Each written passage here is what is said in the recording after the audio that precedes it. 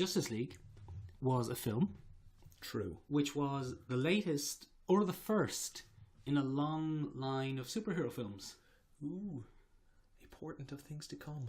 Or the end of an era. Justice League was brought to us by Warner Brothers in conjunction with DC Comics. And presumably some sort of malevolent deity. Yes, Ben Affleck. Yes, Ben Affleck may be the devil. In a lot of ways, you could look at Justice League as Man of Steel 3. Yes. Or you could Henry Cavill would probably like to look at it as the end of Man of Steel, his tenure. And see the back of being a Superman. Yes. It's not like he's going to go to art house projects, but he'd just like to be shot of this. Or you could look at it at the beginning, and this is probably the way that Warner Brothers wanted us to look at it, at the beginning of a hopeful new era of Justice League films which are good. I would imagine if Ben Affleck looks at it like that, he cries. Ben Affleck wants to get out of this. He definitely does. It looks like he has for a long time. Ben Affleck, as we've mentioned, is joined by Henry Cavill, who we've also mentioned, and the delightful Gal Gadot. Yes, sporting a lot of leather pants. A lot of leather pants. More leather pants than certainly is normal. Also, Jason Momoa. He of Stargate Atlantis fame. That's the best reason to remember Jason Momoa. Yeah, he was a little bit lighter back then. He was. He seems to have eaten his greens and said his prayers. Yeah, and probably steroids. Mostly steroids, yeah. Justice League was brought to us by Zack Snyder. Mostly, yeah. Are we going to say Snyder or Schneider? I'm going to say Snyder. So if you want, you can say Schneider. I'm going to stick with Schneider. You can really elongate that out. Schneider. Schneider was... he suffered personal tragedy during the production. Possibly at the hands of Warner Brothers, DC, malevolent deity Ben Affleck. Are we going to say that? Yes. Okay. I'm going to tongue-in-cheek allege that they had some hand in his misfortune. Okay. Tongue-in-cheek enough that I don't want to be sued by them. I don't think your public liability insurance covers me. No, it probably doesn't. As guest host. And then, after Schneider's personal tragedy, he was replaced by Joss Whedon, who finished reshoots and edited the final movie together. Joss Whedon. Yeah. He loves a long angle shot thingy, doesn't he? An empowered woman. Oh, not according to his wife. Oh. Another victim. Not that I've spoken to her personally. No, but another victim of 2017. Yeah. The year of the bad egg. The year of the sex scandal. Yeah.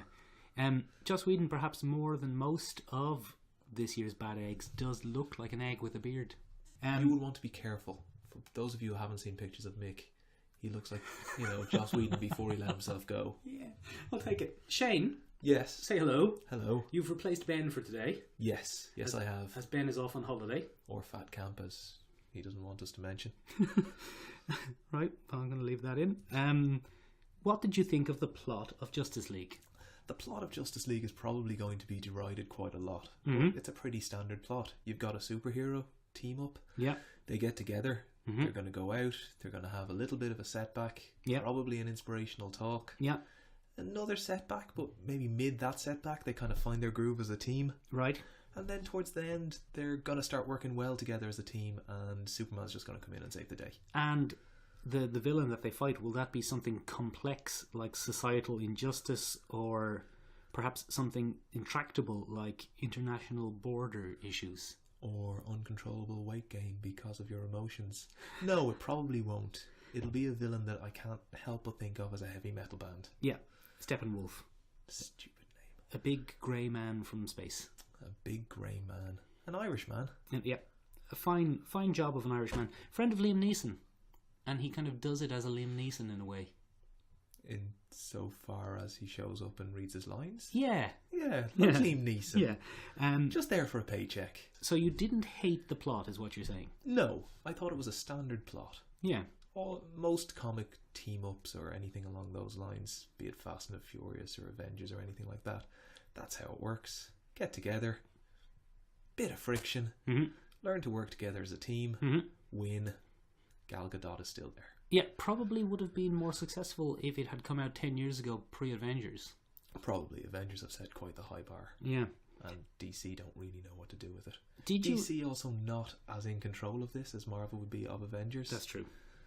Because they're teamed up with Warner Brothers rather than their own studio. Yes. Do you like the visuals of the film? The visuals. No, I don't like the CGI in Warner Brothers DC movies. In general? In general. Going back to Green Lantern? Wow, let's ignore Green Lantern. For Ryan Reynolds. He brought us Deadpool, and I think we owe him a favour. And he's about somewhere.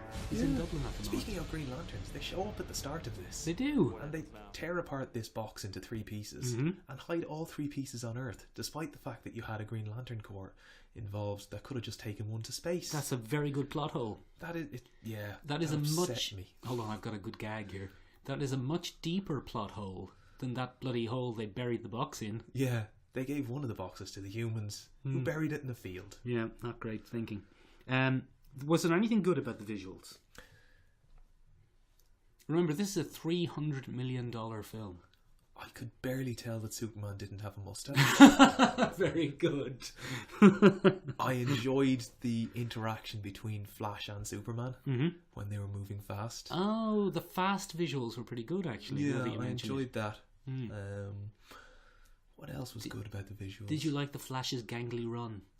Yeah, I mean, here we have somebody who's not a trained athlete, was never an athlete in the comics pre-getting powers, so you'd expect him to have maybe a gangly run. And this Flash certainly comes in as not a hero. From there, he finds the hero within. Of course he does. It's a lesson we can all learn. Yeah.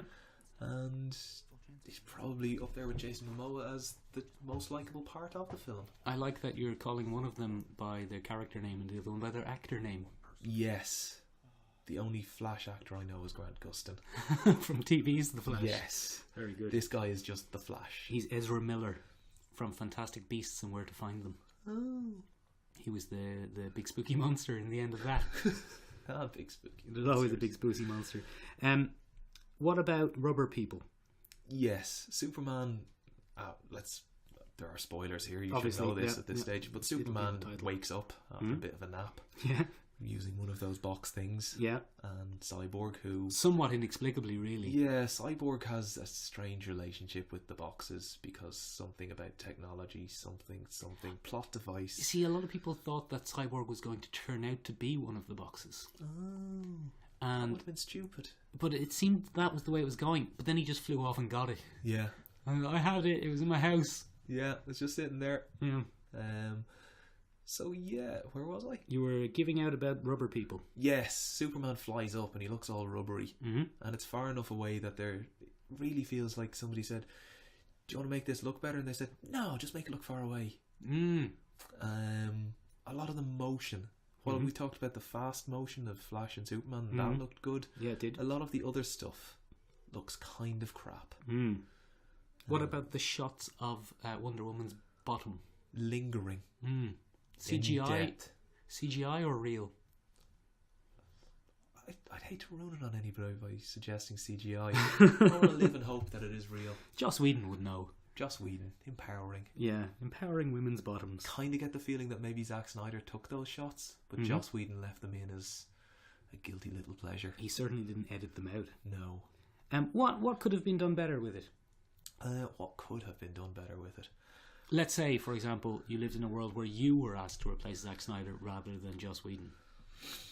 Less product placement. The product placement felt glaring and a bit jarring. Do go on. At one point, Batman goes up north to find Aquaman and grows a beard for this purpose. Yeah, it's cold up north. Yeah, it's cold. You want to grow a beard. He talks to Aquaman, comes back, chats with Alfred, and then seems to take a 5-minute break to have a shave with his trusty Gillette razor. Even more glaring for the fact that before you watch the movie they show a 3 or 4 minute ad for Gillette. Exactly. Yeah. We know they got money for this. Yeah. It's very obvious. Yeah. Wonder Woman and Batman both drive Mercedes-Benz cars. They kind of pull up and there's the front grille logo in your face for a little bit longer than you'd like. Okay, yeah. There's lots of product placement for Batman's weird vehicles. Yep. Did you notice that Batman was essentially useless? Yes. He couldn't win a fight. No, Batman was like the manager of a five-a-side football team. Yeah, in a lot of ways. He got people together. He presumably does the laundry afterwards. Yeah, he collects the fees. He's the admin in the WhatsApp group. Yeah, exactly. Like that's Batman's He's role. the one who keeps changing the icon. Yeah, and towards the end, then he gets into home development and putting together a nice clubhouse for them. He ruins his own plan. Yeah. He gathers all the team up and then he goes, I'm going to do it on my own. And he crashes his ship into the thing. Yeah. That's stupid. It's all kind of irrelevant though, because at the end Superman shows up and is just Superman. Suffers the curse of Superman, which is being stronger and better than everything. Yeah, rendering the whole team a bit obsolete. I think you had trouble with how well loved Superman was within this movie. Doesn't make any sense. Completely unearned. Completely. No sense whatsoever. We've only seen him in 2 previous movies, and he was hated in the second one. Yeah. And the first one, no one knew Congress blew up. Congress blew up with jar of piss. Yeah. No one knew who he was in the first one until he smashed the city to bits. Yeah. Lots of people died. Batman was quite upset about that. Mm-hmm. And then, I don't know, presumably Lois Lane did a lot of publicity for Superman after the fact. Yeah, maybe. And people just kind of bought into it and they were like, oh, we really miss Superman. He was nice. Now. Yeah. Look at the crime rate. Yeah. Presumably that's linked to him. They've been angling towards it like a sexual predator angling towards his prey. It hasn't been subtle and it hasn't been fun for anyone. So, if we're going to compare this to, say, another recent team-up movie, a bit of an ensemble piece, I would compare it mostly to Paddington 2. Paddington the bear. Yes. From Peru. Yes. Go on. Presumably, if we're going down a science fiction route, the result of some sort of experimentation on bears. I like this. I like your absurdity here. Yeah, which has rendered them able to speak. Mm-hmm. He's also fairly invulnerable given the number of scrapes he gets into. Yeah. And survives. His main superpower is being incredibly polite. Mm-hmm. Anyway, the first movie, he met with a family and overcame some obstacles. That was wildly successful. So the second movie, Paddington wants to buy a gift for his aunt. And to do that, runs afoul of a villain in human form, Hugh Grant. Played by a human actor. A human actor. Not a big spooky grey man from the sky. No. Which is strange, I know. But Hugh Grant betrays him. Paddington ends up in prison and has to form a new ensemble. Okay. So he gets in with Brendan Gleeson and some other actors whose names I don't know. And they band together. Paddington, like a young A-team, promptly escapes from prison. A one-man A-team? Well, no, it's an ensemble. There's yes, several. He has a squad. And sets about clearing his name. Mm-hmm.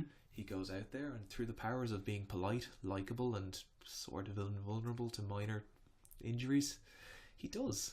He's entirely lovable. The product placement, if any, is completely unnoticeable, though I feel a hankering for marmalade. That's big marmalade. Yeah, and I'd like to ride a red bus through London. Yeah, that's big bus. Big bus. Oh, big bus. They're evil. Right in the feels is where they'll get you. Did you find it an emotional roller coaster? I did.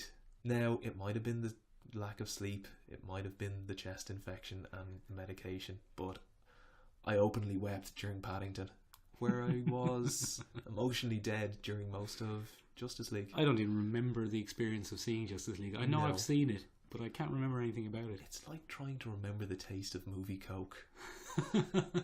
You know, it was sugary, but there you go.